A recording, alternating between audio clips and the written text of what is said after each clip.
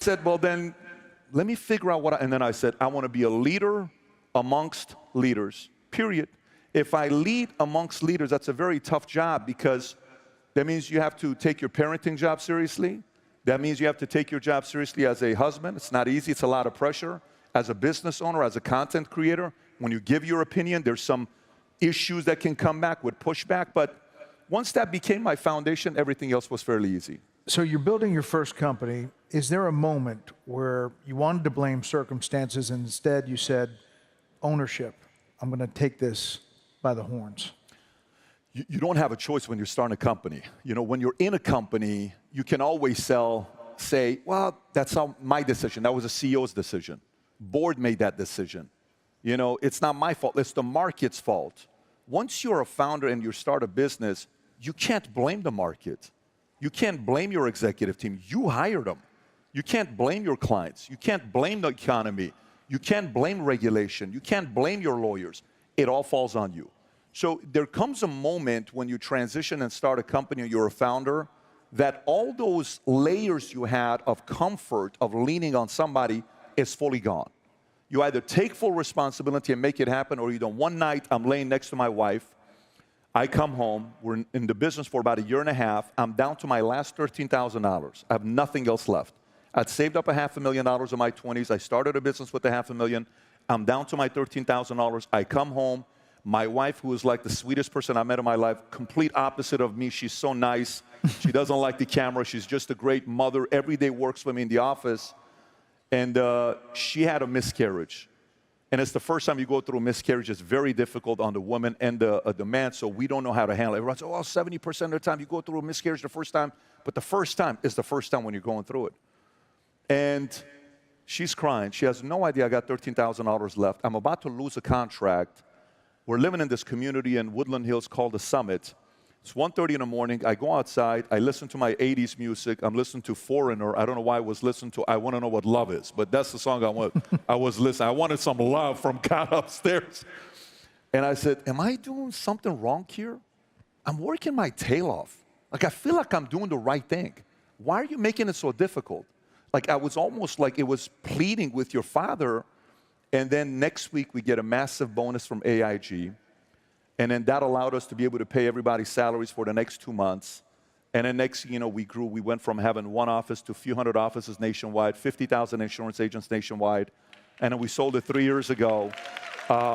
Money came from Harvest and Silver Lake to a company called Integrated Marketing Group. And it was life-changing. But it was that moment where I'm like, can you really do this? Is this really for you? And then from there on, things changed. Amazing. You talk about being disciplined with health and money, mindset. Which of those was hardest to kind of master? What finally made it click for you? Mindset is so challenging because you have to control your imagination of what other people think about you and what you think about yourself. And there's going to be moments where you are alone. You can't come and talk to your wife and say, babe, I don't know if I'm doing the right thing or not. To build something special, you will hit a wall. You can't call your father, especially if the decision, my dad wanted me to be a cop.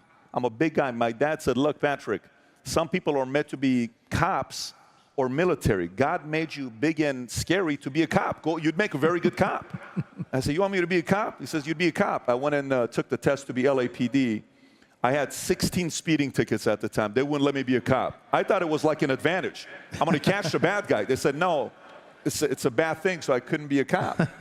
But there was a moment when your family said, we didn't tell you to start a business, you did. Your wife is telling you, I didn't ask you to leave and start a company. We were already having a good life. Your friends are telling you, so then you're alone. And in that moment when you're alone, you're going to be tested mentally and emotionally. You either have it or you don't have it. If you break, that's it. If you don't, you don't. It's like a tryout. In football, they call it Hell Week. In business, when you go through this moment, when you're by yourself and you realize the only way to get to the next level is I have to change the way I view things. If I don't, I'm going to stay here. And it's painful because it's almost like a mode of recreating yourself. I'm good for this level, but I'm not good for the next level. that recreation mode is breaking yourself and, saying, like, you look at the president today. If we're playing video games, the president is at level 100. But go to the president in 2016, or go to 2020 when all the COVID stuff was going on, how he was approaching with the media. And look how he's doing it today. He's so nimble. He's fluid. It's like he's reached a level where he knows, and he's sitting there. Maloney from Italy is asking him, so you do this with media every day? Yes, there was a hot mic. She says, I can't stand our media. He says, I talk to them every day. We're witnessing what he's gone through with the levels he's got, where you heard the news today. I believe they're getting closer to finishing up the deals for the tariffs, which is unbelievable news if they pull that off. But yeah, you have to get to a moment where you're by yourself, and in that moment, you really realize if you're ready for the next level or not. Well, you kind of answered it there, but you've interviewed countless high achievers. Is there one thing, one common habit you notice of those who manage to evolve and not like hit a plateau? It's funny you ask that, because I'm having a conversation with Brady or the late Kobe and a lot of other people, but when you look at the Brady, who 7 championships and he had to overcome all these things, the pattern I notice is the following. Number one, those who go to a point where they can handle pain, they've had 2 types of people in their lives. One is a person that gives you unconditional love, that you can't do nothing wrong in their eyes. Typically, it's a mother. No matter what you do, don't worry. Oh, baby, I love you, but I did something wrong. I love you, baby. You're my son. Like, wow, what a weird human being. No, that's called unconditional love, right?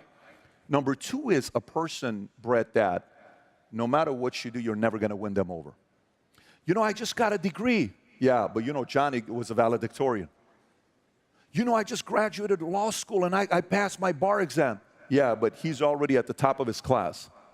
It's like the movie Judge. I don't know if you guys ever seen the movie Judge with Robert Downey Jr. and Duvall. That one scene, do you realize I finished this, and that?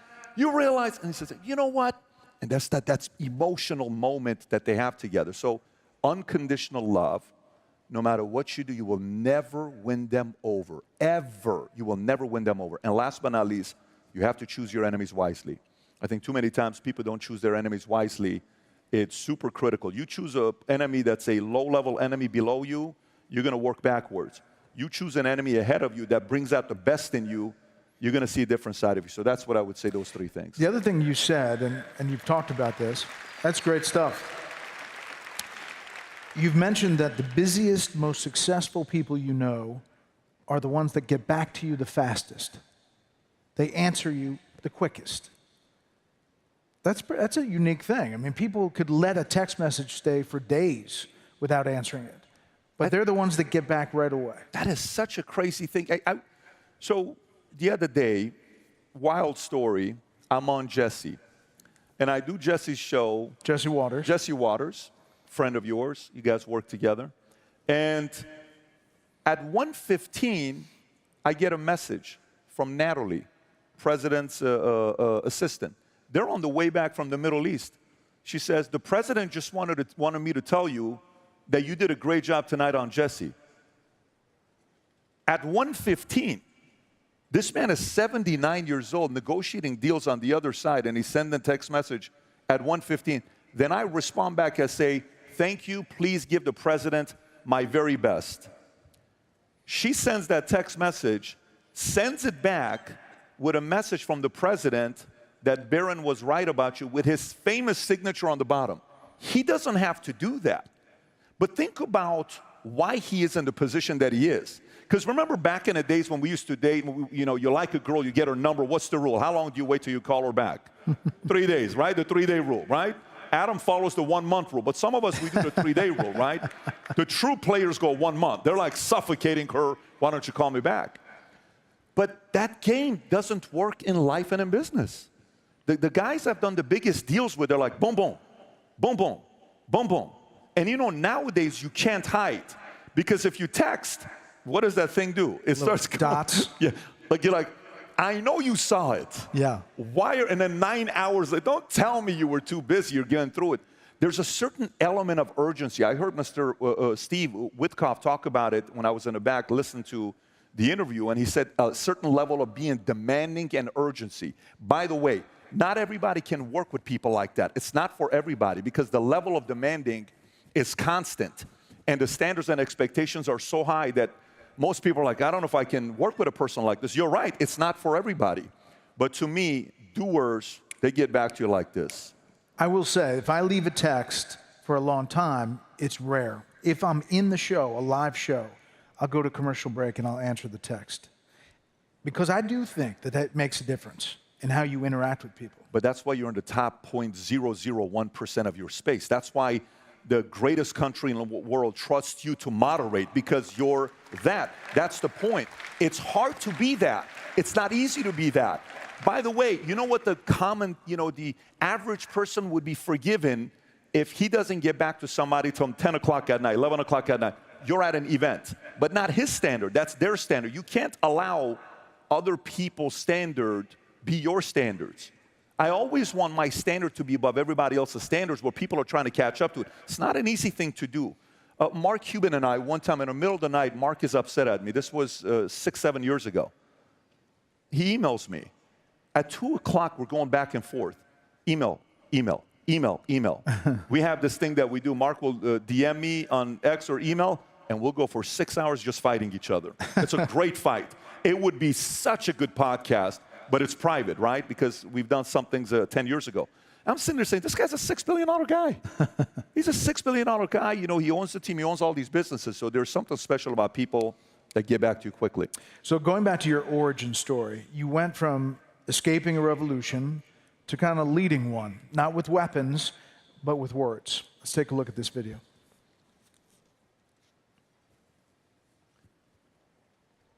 Oh, guess what? They just told me there is no video, but I'm going to tell you what this is. It's a great, I'm like, he's so handsome. Look at him. Look at this. They're like, there is no video. What it basically said was you have one of the hottest podcasts, and you go back and forth. You share your views. And some of the things we're going to be shown there were, some heated conversations. You get in the middle of it. But you always talk about freedom and what freedom means to you after everything that you've lived. And you have a unique perspective on that. Yeah, there is nothing like it. I mean, look, imagine you're walking in the streets and your parents tell you, if you get pulled over by Hezbollah today, they ask you what your religion is, say, I don't believe in God. You don't have a religion. Don't tell them you're a Christian. Imagine you're raised in an environment like that. Imagine you're raised in an environment where you're living in a city called Tehran, where your mother and your sister are walking across the street to go buy tomatoes, and a little bit of hair is out. They pull aside and take your mom and sister, and you have to go with them. Just a little bit of hair is out.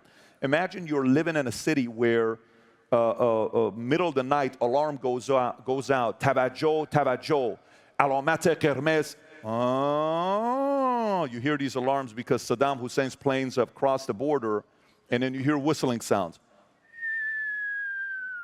3-second pause. Boom. Boom. And then you're wondering, is the next boom your building? And then you hear boom, boom. That means it's over your house. And you're under the stairs with your mom, dad. You're looking at your dad is afraid. Your dad gets in the Renault, white Renault we had. And you go to a city called Karaj. That's 2.5 hours away. Then they start bombing Karaj. Then we go 5 hours away to Bandar Pahlavi. They start bombing Rasht. And you're sitting there saying, what the hell are we going to do with this? What's going to happen with this? So to me, freedom is such a valuable currency that I think sometimes we living in America, we forget about how valuable that is.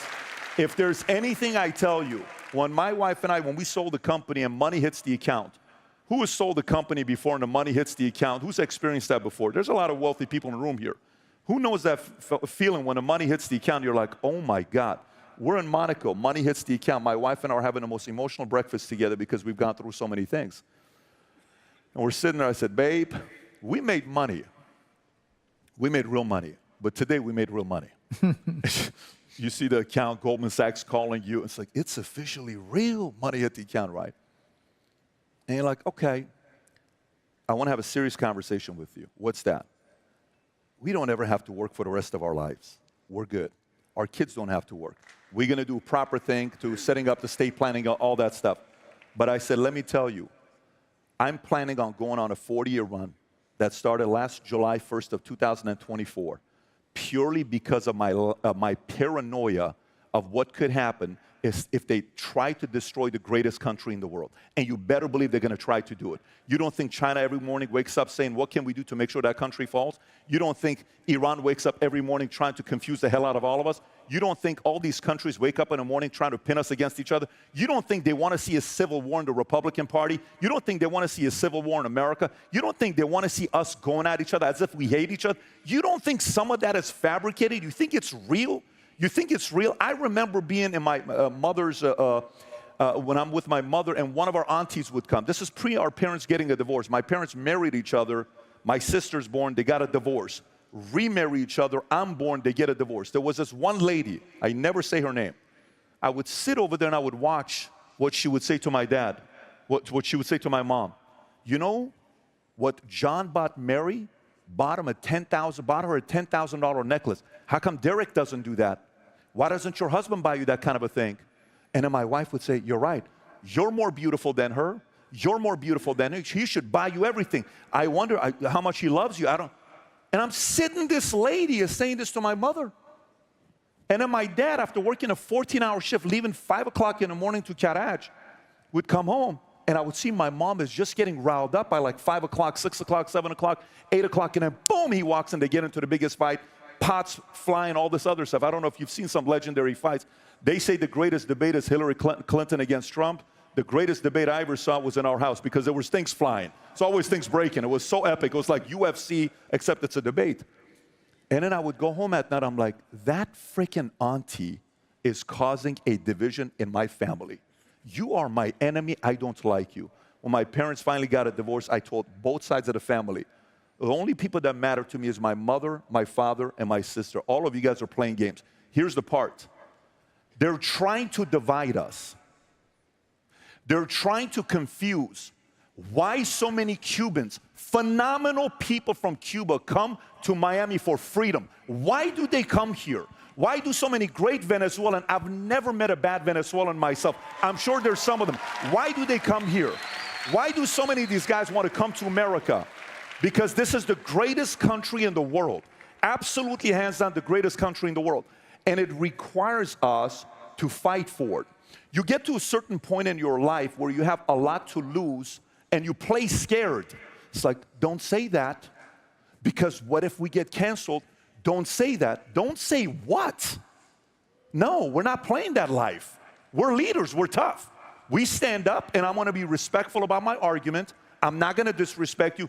This is what I think is going on. Like right now, Mamdani winning New York City, everybody's like, no one's going to leave New York City. No one's going to leave New York City. Forget about who's leaving New York City. The question is, who's moving to New York City? Who do you think? The guy wants to let people out of prisons. It's a great place for criminals. The guy wants to take care of illegal immigrants. Fantastic. Go move to New York City. The guy wants to sit there and start opening up all this stuff for everybody else. What are you talking about? You think this is the right way to go? You think America, that in 249 years did what many of these countries that have been around for a couple thousand years couldn't do? You don't think that's special? This is the greatest story in the world. My goal is to see a lot of other people when events like this are happening, Brett, is for people to come in and say, you know what? I'm a good person. I work hard. All I want to do is raise my kids based on solid values. I want my kids to have their dreams to become a reality. I want to spend time with my family. I want to be free. I want to enjoy my time. And I want to be able to go to church. I want to be able to talk about things that matter to me. I want to be able to be wealthy without people judging me for the life I'm living. I just kind of want to be left alone. But if you cross the line, you're going to see a different side of me. I think that's probably what most of us have in common here. Yeah. You're unapologetic about being pro-capitalism. In your view, what do most critics misunderstand about capitalism's moral dimension? You know, the fact that you talk about Mamdani and you talk about, you know, some of the different views about socialism. You know, President Trump calls it communism, but democratic socialism. But capitalism and your defense of it from a moral perspective. Yes, because capitalism is honest. And here's what I mean by it's honest. If your idea sucks, you're going to go out of business. if you don't take care of your people, for instance, let's just say I don't offer health insurance and 401k and LTIP and equity, and I want to keep you. Right now, let's actually make an offer to Brett Baer. You work at Fox News. You make millions of dollars. You're a very wealthy man. The market right now is in a very bad place. Disney needs talent, desperately. Disney's begging YouTube to allow ESPN to be back on there because the games they're playing. Disney created a website for people to go to lobby to allow YouTube to put their app back on. And they're saying, we don't want to do this. To the point where Pat McAfee is saying, don't get me involved. I know you're paying me. I don't want to do this. CBS right now brings Barry Weiss, right? And Barry wants to go get somebody like you. I don't blame them. Guess what's going to happen? Fox is sitting there. If I'm your agent, say I'm your agent. This is a great opportunity for me if I'm your agent. Guess what I'm doing? I'm going to say, Brett, this is fantastic. Let me make a phone call to Lachlan. I'm going to call Lachlan, and I'm going to say, hey, Lachlan, Brett Baer is about to go to CBS. He's going to get a 3-year, 4-year, 5-year, $75 million contract. What do we want to do to lock into greatest moderator of our era? Do we want to lose him? No. Lock him in right now. He's not going to CBS. That's capitalism. What are you going to do? You think you're going to lose? Are you available?